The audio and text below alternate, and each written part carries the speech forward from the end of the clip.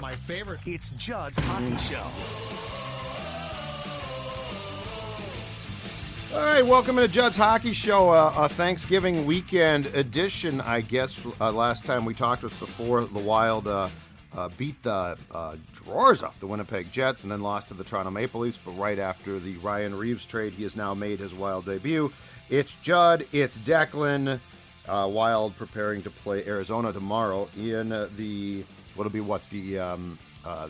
fifth game, if I'm not mistaken, of a 7-game homestand. And Declan, that's where I wanted to start.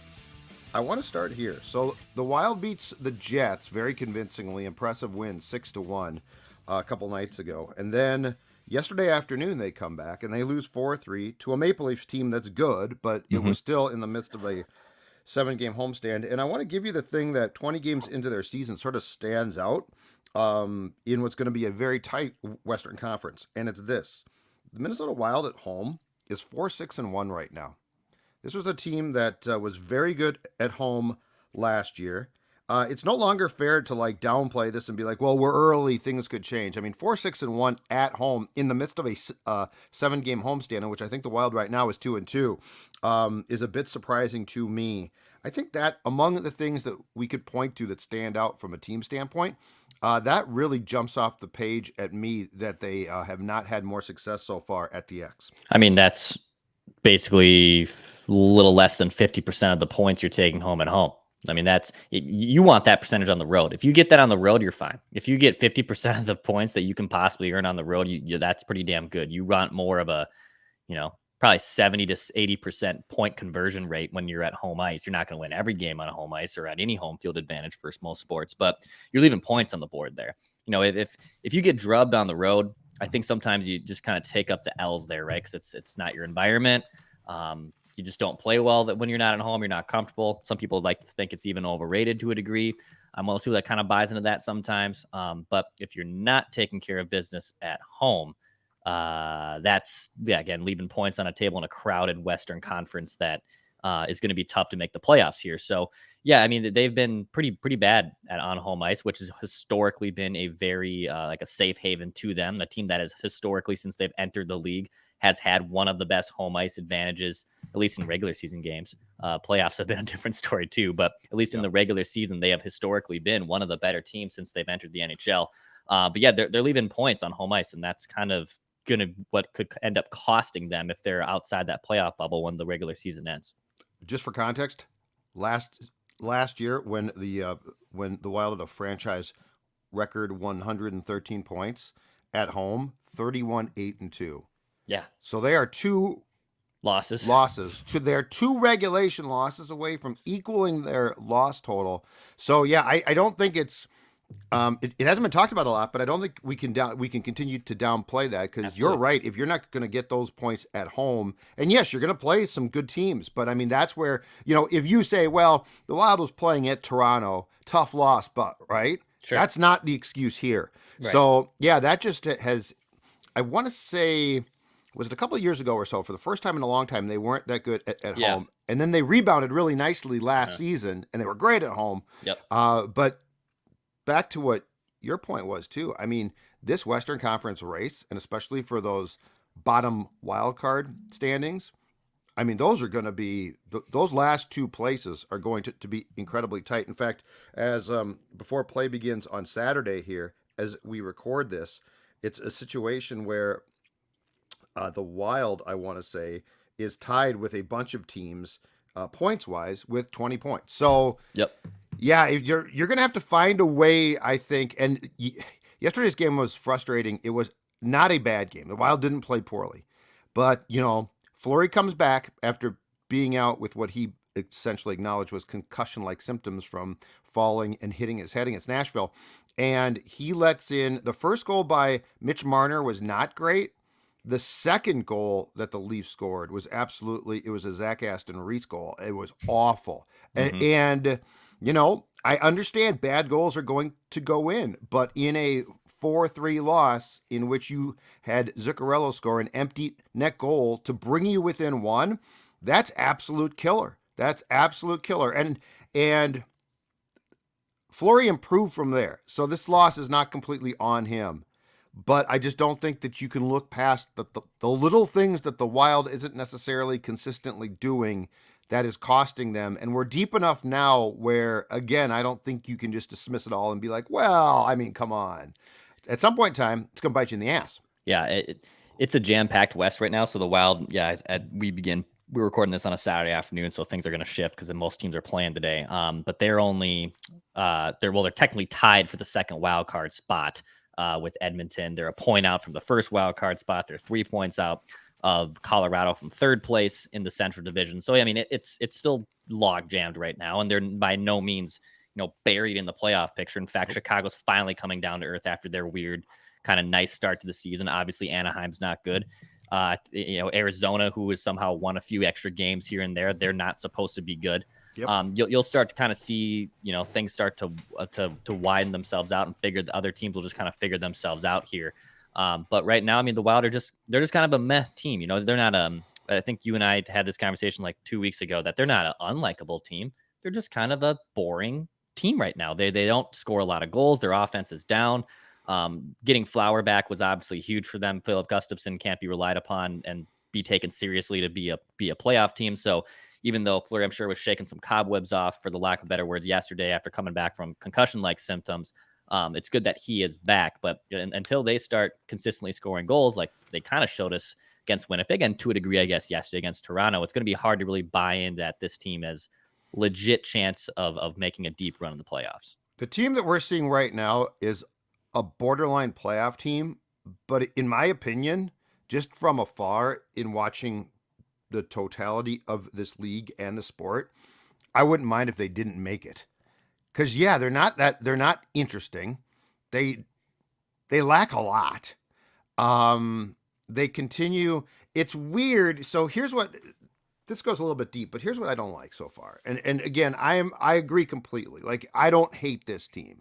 Like, it's not like the Parise, Suter, they've become despicable, okay? So I'll preface this entire comment by saying that, because this is not like a personal, you guys are just a bunch of louts. Okay. Now, yes, there was a furious rally yesterday, but it felt a little bit more genuine than the old stat padding BS that we saw. But here's what I am conflicted about. They are turning this team into a heavy playing Ryan Reeves, being the latest addition, a heavy team that looks like it's going to desperately try to make the playoff type of team, instead of, we're going to also develop guys team. And I'll go back to it. Marco Rossi is now continuing to sit. He's here. They're fearful that someone might get hurt or sick, and so they keep him here in the press box. I absolutely hate that. But when you look at this team, Dex, I'll go back to it at center. Sam Steele, Freddie Gaudreau, Eriksson Ek, who's legit. He's legit. Connor Dewar, who's a young, hard-working player. And there are some players who are young, and I like what they bring. But the fact is, those are your centers. That's not a playoff team. And, Alex Goligoski is now playing again. God bless him. The 1,000th game, the goal was awesome. That was fantastic.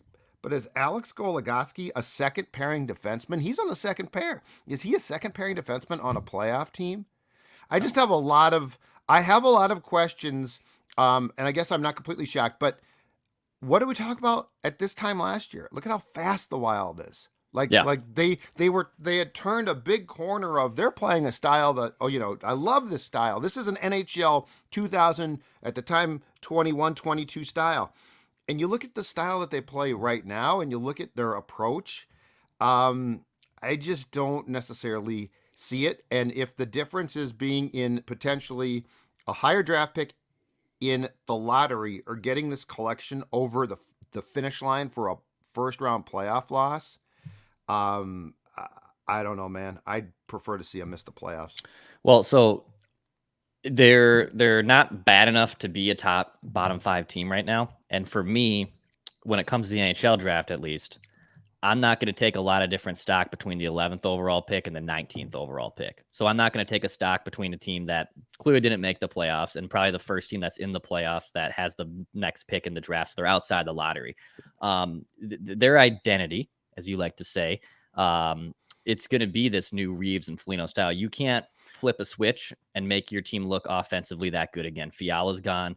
Hartman is regressed. Foligno, I know, had a nice game against Winnipeg, has regressed. Your scoring has just regressed, and you can't flip a switch and make that happen. So Bill Guerin has basically pivoted and said, okay, if we can't make that happen because we don't have the personnel, we don't have the centers, we don't have the speed, let's play a heavier, boring style.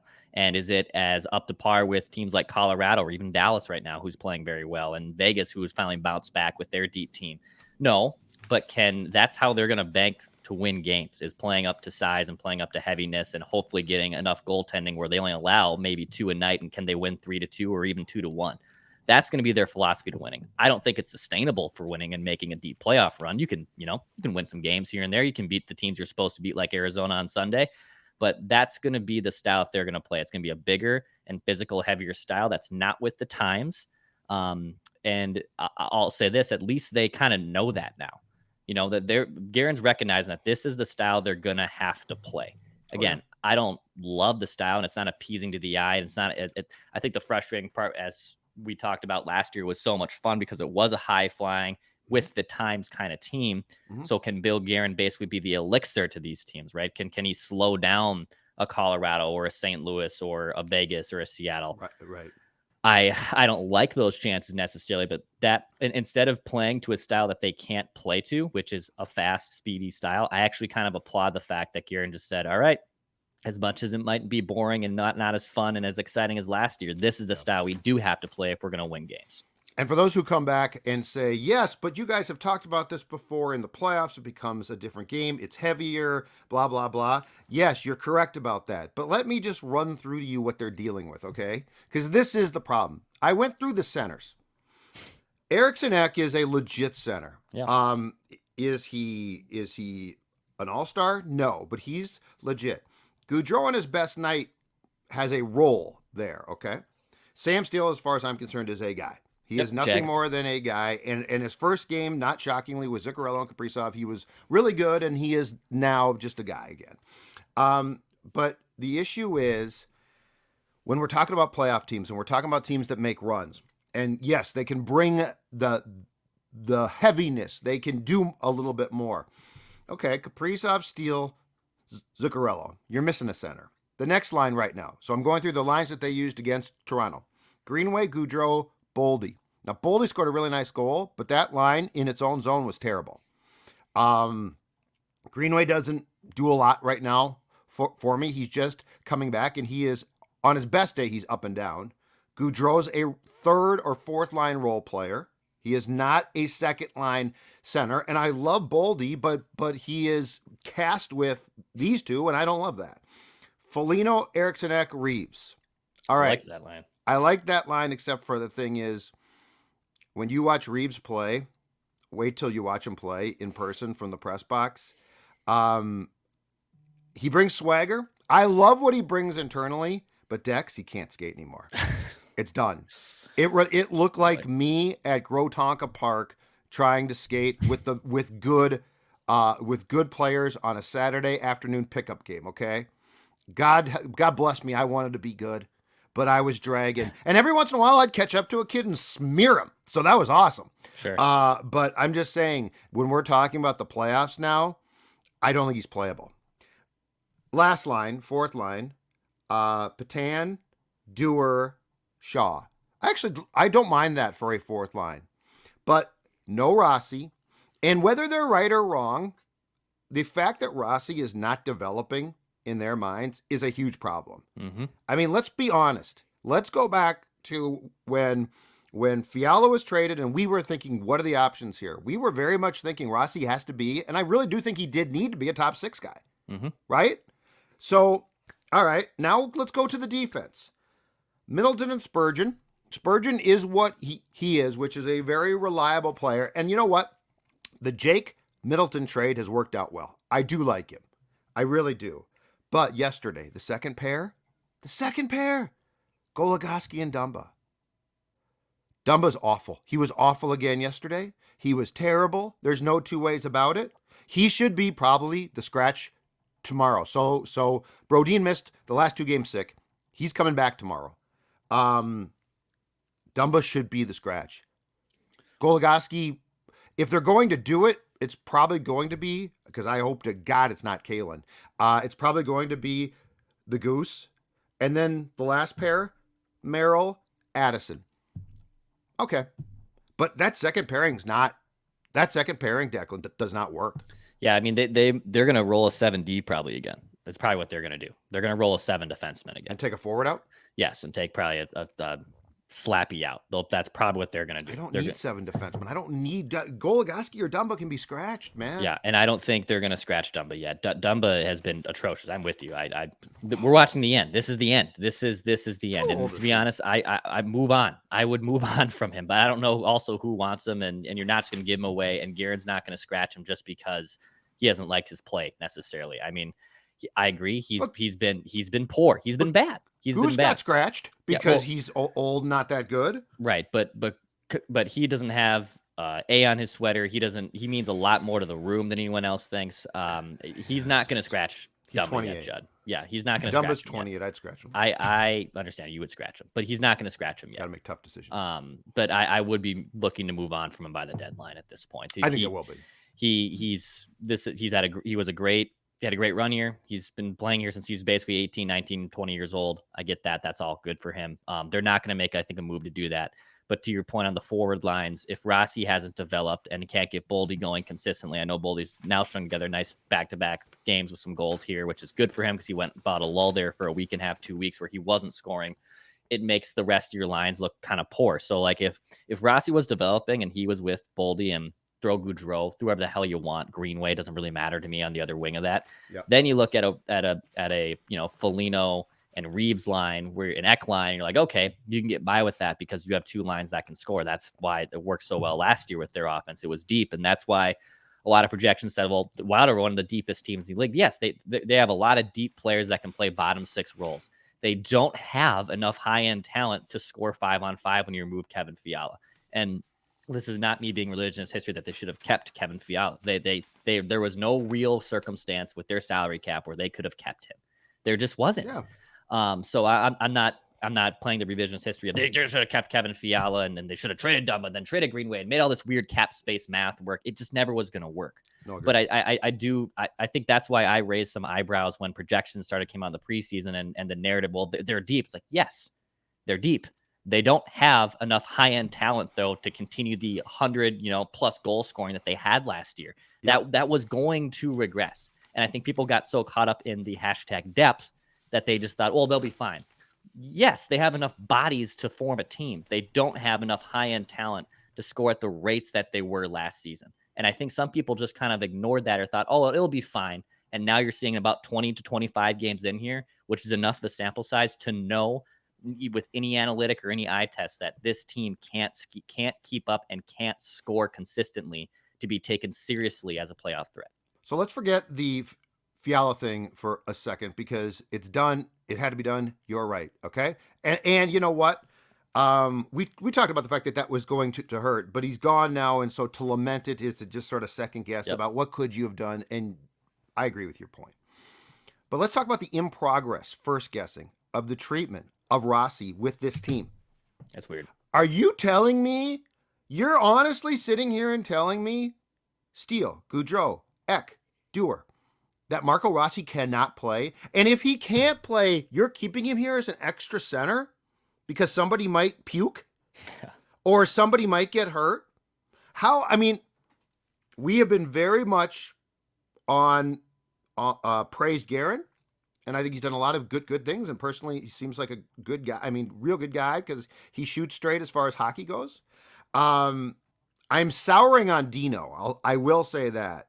And this is why I said, I think on Purple Daily to you guys a couple of weeks ago, Kevin O'Connell looks great right now and he's done a great job and I praise him. But I said, I also have to slow myself down because in 2019, I praised Rocco. Rocco Baldelli did a great job. And now I'm like, what are you doing half the time?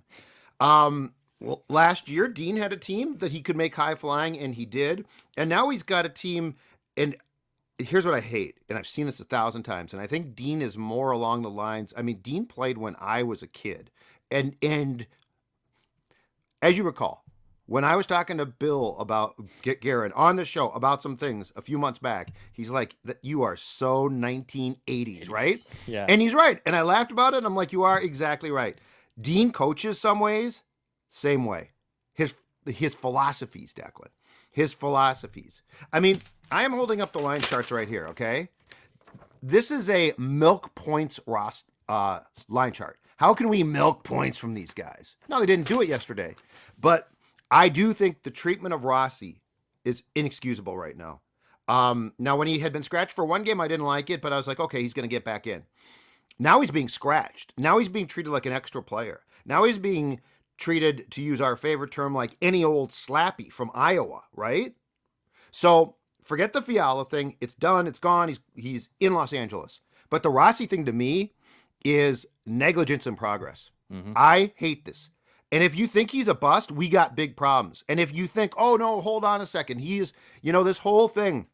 I've seen the story so many times of, everyone has to learn. I think the Pioneer Press had a Rossi story Thanksgiving Day or yesterday. And it was the same thing of everybody had, I'm going through, I think what he said is, I'm going through what a lot of guys have gone through.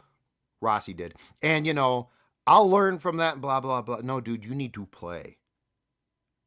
You need to be playing. And so I vehemently object to what's being done there. And I also vehemently object to the fact that this team, if not for Brodin being sick, was going to scratch Kalen Addison for Alex Goligoski after the 1,000th game. That's not how you build this team. And they don't trust Marco Rossi, coaching staff wise. I'm not sure why. They had the similar thing with Fiala 2 years ago. Like, wasn't he scratched like against Montreal? Shortly, like this was like 2 or 3 years ago. Kevin Fiala, or was he benched? I don't know if he was scratched. Yeah. Was that Bruce or was that Dean? I think that was Dean. Dean. It might have been Bruce though, but okay. You know what I'm talking about clearly. Where it was a high end talented player who was scuffling a little bit, wasn't allowed to be himself. Then it forces him to not be himself, and he's now catering and playing down to his own style, and now he can't figure out who the hell he is. It's similar now to Marco. I'm not sure why they don't trust him. I tend to agree a little bit with you that it's more of a Dino thing that we don't know about, and also why. Like, I want to know then why. Why don't you trust this guy over Sam Steels, over all these other slappies that are basically playing significant minutes over a guy who was the 9th overall pick, 10th overall pick in the draft? And, this is where I can never, unless it is a just absolute can't miss number one prospect. I never get into prospects. I never fall in love with prospects because this happens, because you get so enamored by the fact of, oh my God, I can't believe he fell to the Wild at 10. And now we're about 25 games into the season. He's played about 14, 15 of them, and he hasn't done anything. Now, again, is that the player learning the ropes? Is that the coaching staff not trusting him? Or is that the coaching staff watching him enough, smarter than us, saying this kid's not ready or isn't who he was supposed to be? Then why is he here? Exactly. I'm with you. He should be in Iowa. Send him down. If you don't trust him, he should be in Iowa. Get him playing somewhere. I agree. But my overall point is when people just get, and this happens mostly in baseball and hockey than any other sport, because there's actual prospect systems and pools that you watch these guys rise through the rankings, and there's people that follow them a lot more. And until they actually get here, I never fall in love with them, and I never fall in love with the idea of them, because it's a crapshoot. Prospects are lottery tickets. Some of them have better odds for sure, but they're lottery tickets. And that's why I've never really, once Marco Rossi here, it's going to be game changer. It's going to be completely over. Well, it's been 15 games here. And is he really just not that good, or is the coaching staff not trusting him? And then it's just this moving the goalposts of why this prospect isn't working. And it's incredibly frustrating. I get your point. The 9th overall pick, though, is like, it's like having a mint vintage baseball card. Sure. And doing what they're doing is bending the corners. Bending the card. I mean, it's your job to take Right. care of it. Yes, Like, yes, because I'm that's a good totally with analogy. you on the majority of picks. And yeah, third round and on, you got to do your best for sure. But some are going to work and some aren't. But when you have a top 10 pick, you've got to do everything you can to make sure that you don't damage the goods. And right now, they're damaging the goods. And that's what drives me nuts. And I know if you listen to Dean talk, he's all about developing team, right? He likes to talk about, you know, the Wild did this, the Wild did that. He doesn't like to point to particular players and things. But it's 2022, dude, and this is the 9th overall pick. And more importantly, this is not a pick where you already are strong. See, if Marco Rossi couldn't play because I read to you a center list that started with, well, let's just flip over my line sheet. Austin Matthews and John Tavares. Different story. Then you'd be like, oh, okay, yeah, nice to develop him, but I get why he's not playing. Right. But Sam Steele and Frederick Gaudreau, who is a Dino favorite because he plays like Dean did, come on.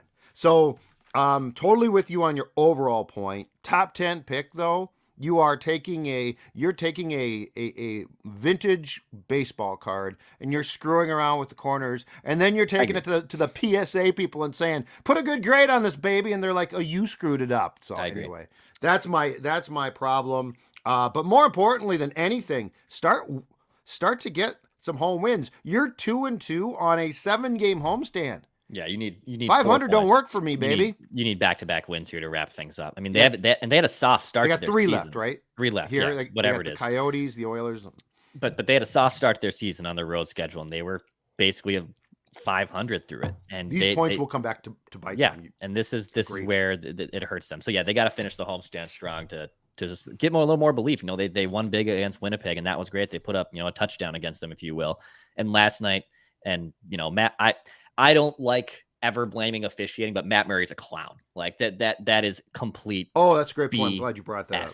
Like it is complete. Did you see all those times? Crap. Yes. And he broke. So the last one, he broke the marsh peg. Yes. They had to come in and redo the ice around the marsh. He should be fined. He 100% should be fined. How do you not, by the second one? The second one was egregious. It was right below me in the press box. How do you not give him a delay of game? You have a rule in place that a player who flips the puck out of his own zone, if it does not hit glass, accident or not, no matter, we could be in Game 7 of the Stanley Cup Finals in overtime, and if I accidentally flip the puck too high, I get 2 minutes delay a game. How do you not have a penalty in place for, like, it's one, and it's not very hard. Okay, 2 skaters crash into the net is off. That's unfortunate. We stopped the game. I agree. But a goaltender is basically abusing the net and lifting it with his pad by himself without anybody. Yeah, that was an unbelievable, terrible job. And I guess he had just done the same thing against he's the a repeat Devils, offender, which caused fans to throw crap on the ice. Good. And they had to take the Maple Leafs off the ice. So this is ridiculous. No, I'm glad you broached It's that. a repeat offender. He should be 100% fined. Honestly, a suspension should be in order. Like the officiate, like it's a penalty. It is. It's a penalty. It's just a penalty. And officiating, look, refs are going to miss calls. I get that. Like yesterday's game was obviously not the cleanest of officiating of games, but I can hold someone accountable there. And it's the GD goaltender who is breaking the net, literally breaking the net off its pegs. He should be fined and or suspended 100%. And just to be very clear, so we used to have that. This has always been a tough one because there used to be a rod that went into the net and held it, and you couldn't move it. Fred Baird of the North Stars years ago, I think, fractured his leg because it didn't move, and his leg did. Mark Howe fell on it. It popped up off, and Mark Howe fell on the rod and impaled himself. And so they're like, we got to change this because someone's going to die. So they went to magnets when I was about 20, and they came off because if you jam that net at all, like if a goaltender went side to side, the net came off. And so that was a problem. The marsh peg actually works. How many times do you see, Dex, a net come off after a jam? You don't really much, right? So this guy was doing it. He is as hard as he can going in and lifting with his pad. Completely ridiculous. And for him, he got a talking to. Oh, At I one know. point, Matt Murray, what are It's you doing? embarrassing. It's What are you embarrassing. doing? So that is, yes, change that rule. It's a delay of game, or more, or you know what, I'm telling you, something. suspend them or fine them. It's a joke. Yeah, It it's was crap. a joke. All right. Crap. All right, man. Hit the subscribe button. Daily Minnesota sports entertainment right here on this YouTube channel. Maybe the Wild will string together some wins here. Vikings on a mini bye week, if you will, after playing on Thursday Night Football. So go check out Ventline. Go check out yesterday's hot takes after the game as well. So Daily Minnesota Vikings entertainment on Purple Daily. Daily Minnesota sports entertainment right here on Score North. And Pat shoot score.